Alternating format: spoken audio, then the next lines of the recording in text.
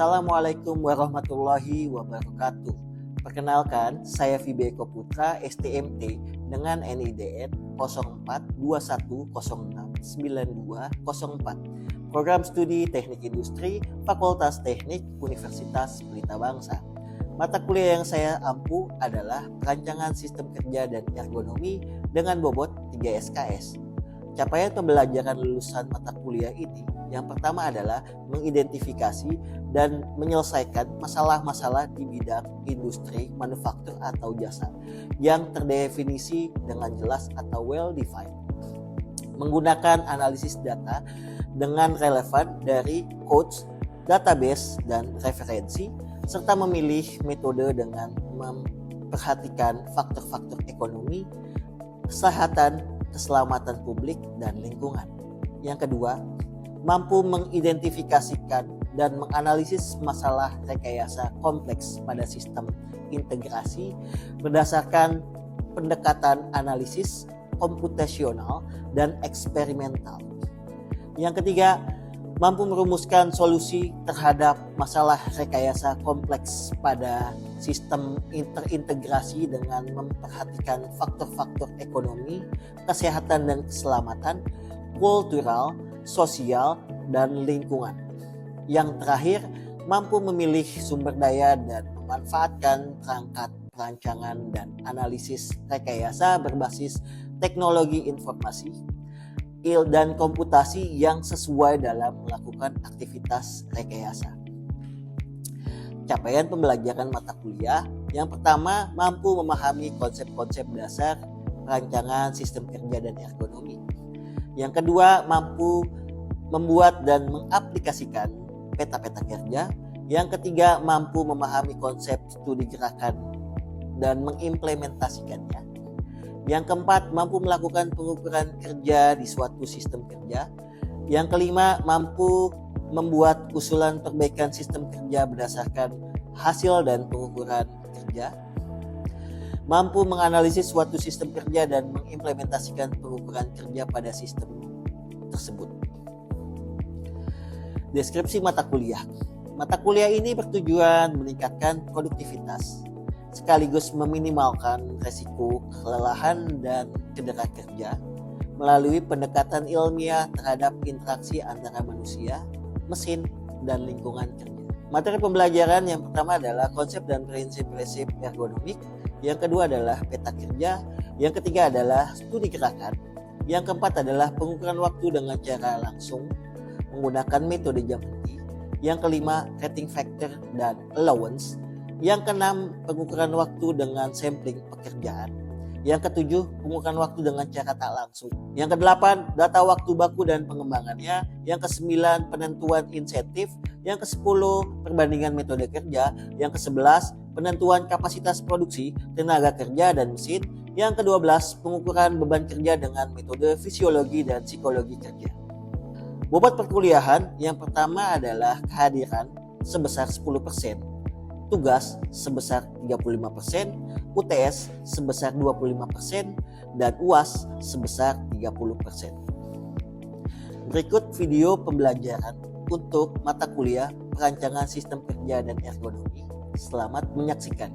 Oke, Assalamualaikum warahmatullahi wabarakatuh. Terima kasih, selamat siang teman-teman semua. Hari ini kita akan mata kuliah Perancangan Sistem Kerja dan Ergonomi. Hari ini kita akan mempelajari materi mengenai waktu baku dan pengembangannya. Jadi sebelum kita mulai perkuliahan kita pada siang hari ini, alangkah baiknya kita berdoa menurut agama dan keyakinan masing-masing. Berdoa dipersilahkan.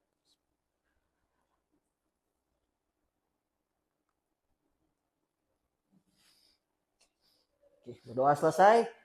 Baik, kita akan mulai saja perkuliahan kita mengenai waktu baku dan juga pengembangannya. Sebelum itu, saya akan coba tanya kepada teman-teman semua. Ada yang paham mengenai waktu baku di sini? Oke, silakan Mas Raffi. Sebelumnya, perkenalkan nama saya Muhammad Raffi Maulana Rashid. Di sini saya akan menjawab pertanyaan Bapak, yaitu mengenai apa itu waktu baku. Saya akan menjawab dengan sepengetahuan saya dan secara garis besar saja. Waktu baku adalah jumlah waktu yang telah ditentukan untuk menyelesaikan suatu aktivitas kerja dalam kondisi kerja tertentu untuk seorang operator kompeten bekerja dengan kecepatan kerja. Oke, tidak masalah, tidak apa-apa. Itu cukup baik ya. Jadi ya memang kalau kita berbicara waktu baku secara garis besarnya memang seperti itu. Kita akan coba memperdalaminya melalui materi yang mungkin kita sampaikan pada siang hari ini. Kita akan membahas mengenai definisi dari waktu baku itu sendiri. Kalau kita berbicara definisi dari waktu baku, pertama adalah jumlah waktu yang dibutuhkan oleh seorang pekerja rata-rata untuk menyelesaikan pekerjaannya gitu. Menyelesaikan pekerjaannya kemudian dalam kondisi normal dan juga dengan kinerja yang wajar. Tapi kalau kita berbicara secara aktual yang terjadi karena kan kita berbicara program studi teknik industri, maka kita lebih ke arah outputnya di dunia industri. Pertama yang kita perlukan adalah manfaat dari perancangan waktu baku itu sendiri adalah kita bisa merencanakan dan kita bisa menjadwalkan mengenai produksi yang akurat. Karena kalau bicara saat ini, kadang-kadang target produksi di industri itu tidak tercapai. Ketika tidak tercapai target produksi di industri, akan terjadi namanya overtime. Nah, overtime itu bagi teman-teman pekerja mungkin pada suka ya, pada senang gitu kan.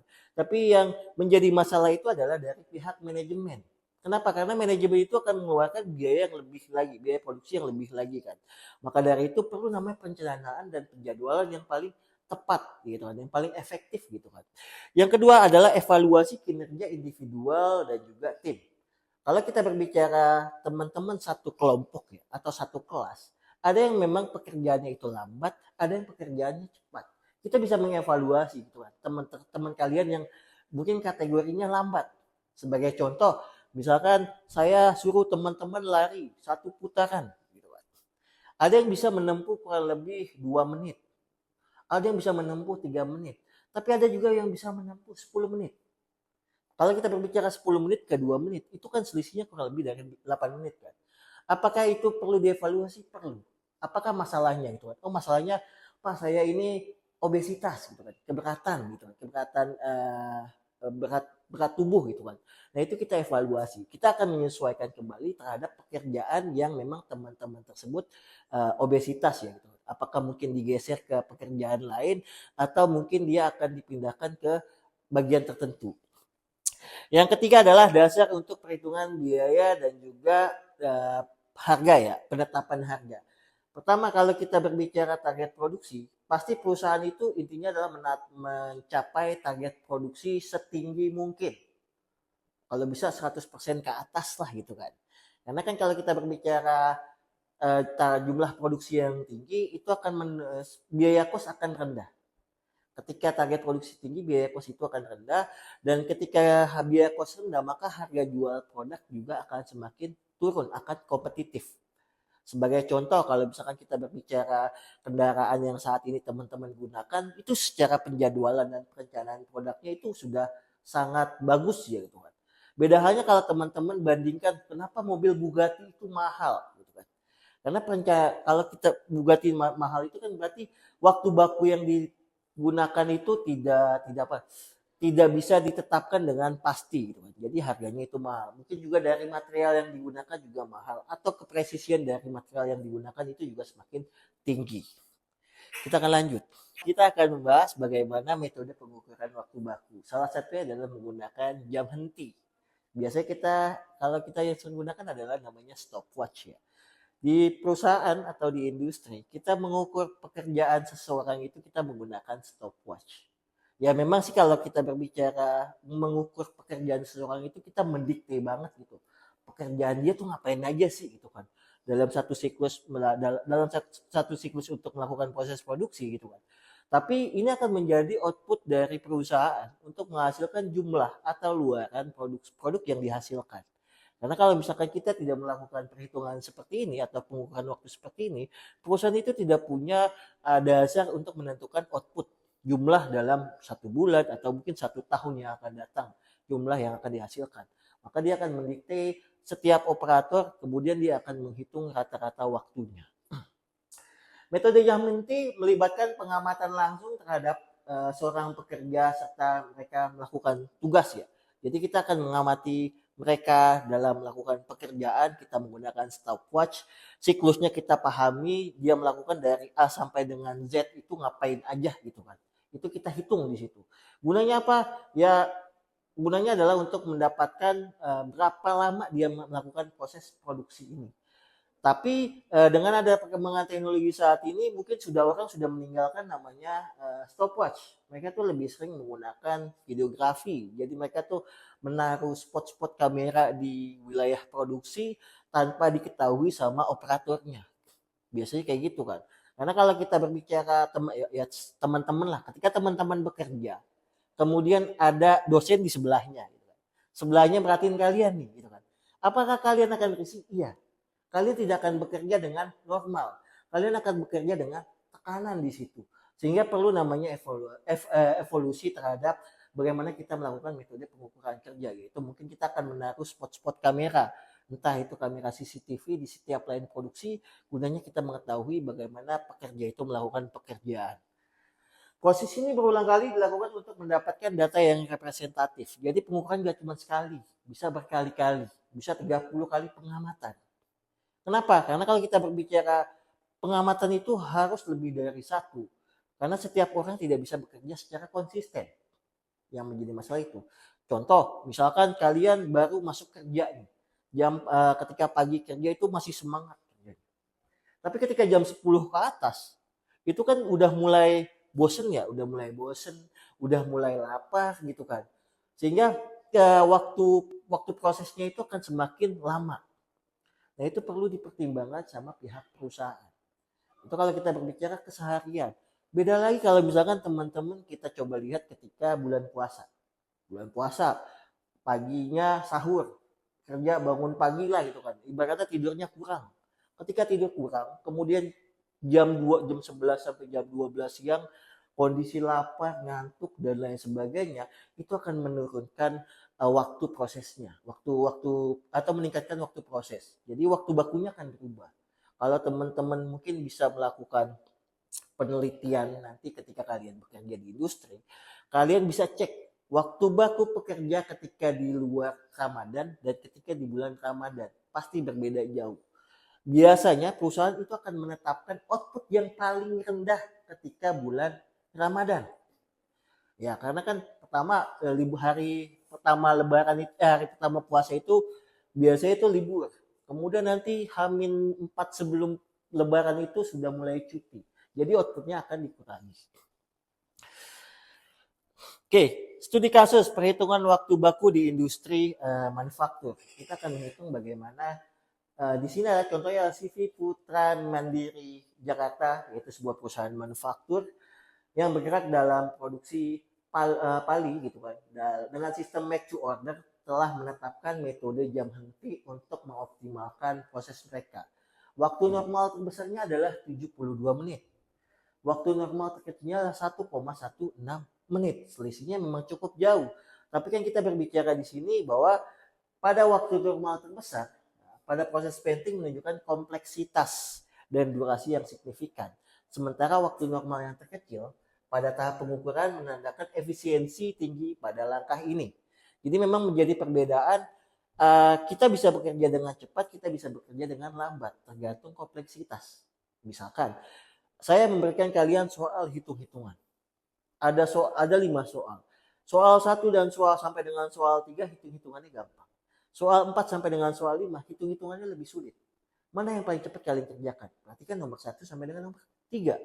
Nomor 4 dan nomor 5 pasti kalian lambat karena wah rumusnya banyak nih gitu kan. Jadi perlu harus dimasukkan kembali. Nah itu akan menjadi pertimbangan kita, misalkan pertimbangan saya sebagai dosen ketika saya membuat soal. Waktu saya bikin soal 5 soal, teman-teman kayak rata-rata mampu bisa menjawab kurang lebih 60 menit. Tapi ada yang bisa lebih cepat, ada yang bisa lebih lambat. Dan tergantung bagaimana kalian mengerjakannya. Analisis data mengungkapkan perbedaan waktu normal yang substansial antara tahapan menyoroti area yang memerlukan perhatian khusus untuk peningkatan efisiensi. Jadi ketika kita sudah tahu waktu bakunya itu terlalu lama, maka kita akan mencoba memperpendek atau mempersingkat waktu baku. Caranya gimana? Kita akan memindahkan lokasi satu ke lokasi lain dengan jarak yang cukup singkat. Misalkan saya mau ngambil pulpen atau saya mau ngambil alat dari sini. Ketika saya ke sini saya butuh waktu. Beda cerita kalau saya di sini saya ngambil ini butuh waktu yang cukup lebih cepat. Jadi nanti perlu namanya perubahan tata letak fasilitas. Biasanya nanti outputnya adalah ketika waktu baku akan ada perubahan tata letak fasilitas. Gunanya apa? Gunanya mempercepat waktu bakunya. Tuh. Komponen waktu baku ada namanya waktu normal, yaitu waktu rata-rata yang dibutuhkan untuk menyelesaikan pekerjaan tanpa gangguan atau hambatan yang tidak biasa. Itu waktu normal. Ada juga allowance, kelonggaran. Pak, kenapa kita butuh kelonggaran? Karena teman-teman ketika mengerjakan sesuatu yang monoton dan terus secara continuous, maka teman-teman nggak mungkin bisa stay di tempat tersebut. Kalian butuh namanya buang air kecil. Kalian butuh namanya buang air besar. Kalau kita tidak memberikan allowance, kalian nggak bakal bisa buang air kecil ataupun buang air besar. Bahkan untuk ibaratnya untuk menggaruk tangan kalian yang gatal itu nggak bisa. Jadi kita butuh namanya allowance di situ. Allowance ini adalah waktu tambahan yang diberikan untuk faktor-faktor seperti istirahat, pribadi, kelelahan, penundaan yang tidak terhindarkan. Itu perlu. Jadi misalkan kayak teman-teman di musim hujan ya, musim hujan target produksi akan turun. Kenapa? Karena nanti pasti banyak yang akan eh, diare. Gitu kan. Lebih kan diare itu kan pasti teman-teman akan bolak-balik ke WC ya, bolak-balik ke WC. Kemudian kalau kondisi dingin tuh hawanya itu pengen buang air kecil. Nah, itu pasti akan terjadi. Jadi memang itu perlu dipertimbangkan. Faktor-faktor itu yang akan menjadi pertimbangan terhadap perencanaan dan juga jadwal produksi. Ada juga faktor penyesuaian, yaitu seperti metode Westinghouse rating sistem digunakan untuk mengkoreksi waktu normal berdasarkan kecepatan dan keterampilan pekerja yang memastikan lebih dari standar. Jadi kita butuh namanya faktor penyesuaian. Contoh faktor penyesuaian misalkan tinggi badan, berat badan, itu kan mempengaruhi terhadap kecepatan kerja. Kalau orang yang mohon maaf misalkan badannya sedikit agak gemuk atau obesitas ya, dia akan mungkin sedikit lambat pekerjaannya. Tapi kalau orang yang kurus gitu atau mungkin sedikit lebih lincah lah gitu kan. Jadi akan ada namanya faktor penyesuaian. Analisis dan penggunaan data waktu baku pertama adalah penjadwalan produksi, pengukuran kinerja operator dan juga optimalisasi dari suatu proses. Jadi kita berbicara data waktu yang kita perlukan pertama adalah kita menjadwalkan produksi, kemudian melakukan pengukuran kinerja operator. Yang terakhir adalah melakukan optimalisasi dari proses yang memang dalam suatu proses produksi gitu. Perkembangan metode dari waktu baku itu sendiri ada 3. Kita pertama adalah integrasi teknologi digital. Dan biasanya itu kita sudah menggunakan AI gitu kan untuk mengukur waktu. Sekarang udah jarang sekali kita lihat pekerja engineer itu melakukan pengukuran waktu dengan sistem stopwatch karena yaitu salah satunya adalah ketika ada orang yang ibaratnya deketin ya gitu kan. Ketika ada orang yang coba mengkepoin pekerjaan orang lain, itu kita sebagai pekerja itu sendiri akan merasa risih. Secara psikologi akan terganggu. Maka pekerjaan itu tidak akan berjalan dengan normal karena ada proses desakan atau pressure yang dialami ketika ada orang lain yang sedang mengamati. Ada juga software analisis dan juga simulasi. Nah, itu biasanya itu kita menggunakan software yang bahkan tidak kita perlu cuma jumlah produksi kemudian kata-kata waktunya berapa nanti bisa di breakdown secara jumlah waktu baku yang dihasilkan itu berapa sih normalnya. Sampai terakhir adalah otomasi pengumpulan data yaitu kita menggunakan data mining dari perusahaan masing-masing ya gitu kan. Jadi dia akan mengumpulkan data produksi dari awal dia terbentuk sampai dengan saat ini kemudian dia akan menghitung dari situ. Inovasi dan tantangan dalam pengembangan waktu baku. Ada inovasi dan juga ada tantangan. Inovasi adalah penyesuaian waktu baku dengan variasi kondisi kerja, yaitu dengan teknologi yang baru yang terus berkembang. Gitu kan. Jadi kalau kita berbicara perkembangan teknologi semakin kesini semakin baik. Maka ketika semakin baik, maka pengukuran waktu juga akan berubah kembali. Pengukuran waktu baku itu kan semakin dinamis ketika perkembangan teknologi itu berjalan. Setelah itu penerapan pendekatan ergonomi untuk memastikan desain pekerjaan yang efisien dan aman. Ergonomi itu penting. Kenapa? Karena kalau kita berbicara pekerja tidak nyaman dalam bekerja, dia tidak akan merasa senang, dia tidak akan merasa nyaman dengan pekerjaannya itu sendiri. Contoh, misalkan kayak teman-teman kuliah dengan kursi dan meja seperti ini, kalian nyaman. Tapi kalau kalian dapat kursinya itu keras atau mejanya itu posisinya lebih rendah, kalian tidak akan nyaman. Kalian akan merasakan sakit pada punggung kalian, kalian akan merasa sakit pada bagian pinggang kalian yang itu akan menyebabkan nanti ke depannya kalian akan mengalami kerusakan pada tubuh kalian. Ya, kalau kita berbicara jangka pendek sih jarang terjadi, tapi yang terjadi ketika jangka panjang. Nah, gitu kan.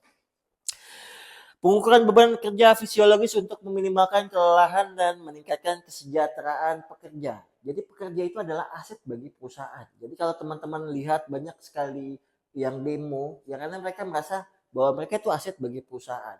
Walaupun memang perusahaan itu bisa mencari penggantinya, tapi pengganti itu kan harus bisa menyesuaikan pekerjaan di perusahaan tersebut.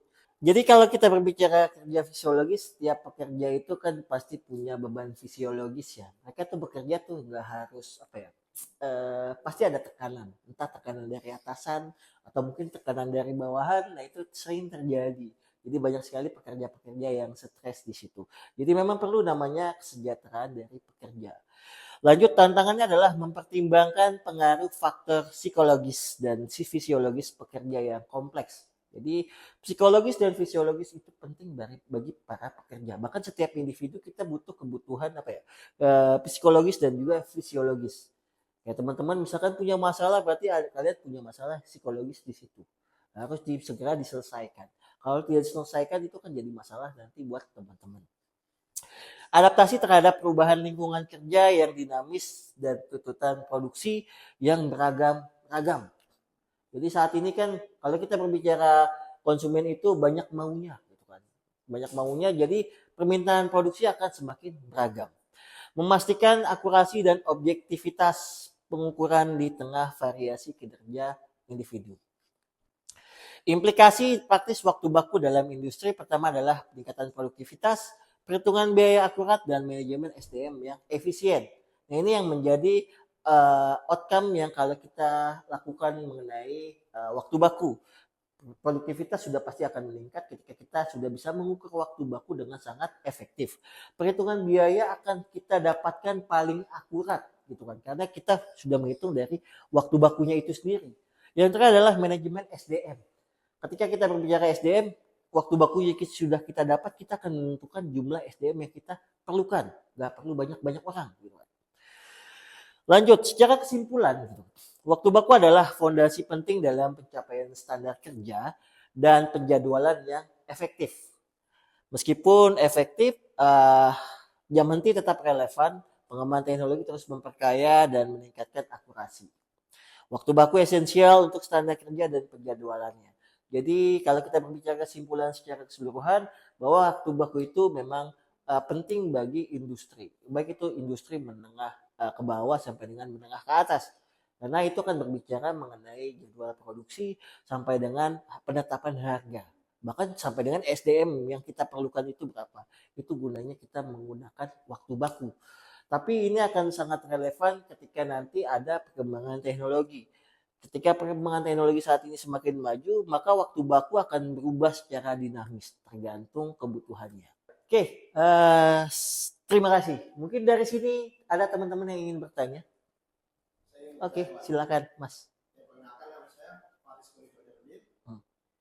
Saya ingin bertanya dengan Bapak, bagaimana korelasi dari materi waktu baku dan pengembangannya ini, apakah bisa diimplementasikan di perusahaan dan bagaimana korelasinya apabila diimplementasikan di perusahaan? Oke, ini adalah pertanyaan kita berbicara mengenai implementasi ya. Terima kasih Mas Farid atas pertanyaannya. Kita akan coba breakdown satu persatu.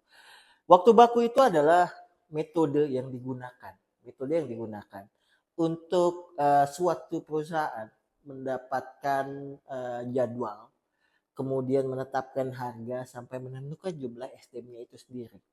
Kalau kita berbicara suatu perusahaan itu tidak punya waktu baku dalam prosesnya, gitu kan, dia akan bingung berapa SDM yang saya butuhkan. kemudian berapa target produksi yang harus saya tetapkan, dan berapa harga yang harus saya jual.